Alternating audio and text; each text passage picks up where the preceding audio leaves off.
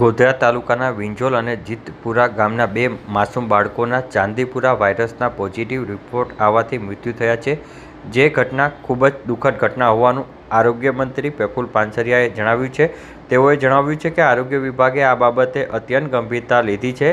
જે ગામોમાં કેસ મળી આવ્યા ત્યાં આગળ તપાસ દરમિયાન સેન્ડ ફ્લાય નામની માખી જોવા મળી છે.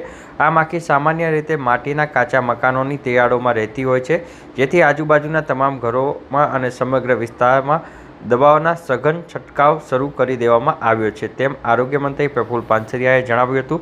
આ ચાંદીપુરા વાયરસના નિયંત્રણ અંગે ગાંધીનગર ખાતે એક આરોગ્ય વિભાગની ઉચ્ચ સ્તરીય અધિકારીઓ સાથે બેઠક પણ યોજવામાં આવી હતી. આ બેઠકની અંદર જે છે વિગતવાર ચર્ચા કરવામાં આવી હતી. ગોધરા અને વડોદરા મેડિકલ કોલેજની બે વિશેષ ટીમોને પણ અસરગ્રસ્ત ગામોમાં મોકલવામાં આવી હોવાનું તેઓએ જણાવ્યું છે. આ અંગેની માહિતી 7 જુલાઈના બપોરે 3 વાગે આપી હતી.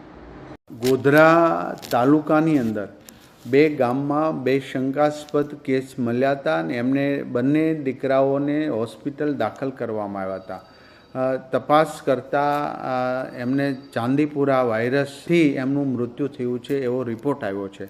તો આ પ્રકારે રાજ્ય સરકારે અને આરોગ્ય વિભાગે ખૂબ ગંભીરતાથી આ મુદ્દાઓને લઈ ગામની અંદર તમામ આજુબાજુના ઘરોમાં વગેરે દવા છંટકાવ કરવામાં આવ્યા છે. જ્યાં કેસ મળી આવ્યો હતો ત્યારે સેન્ડ ફ્લાય નામની માખી પણ ત્યાં મળી આવી છે.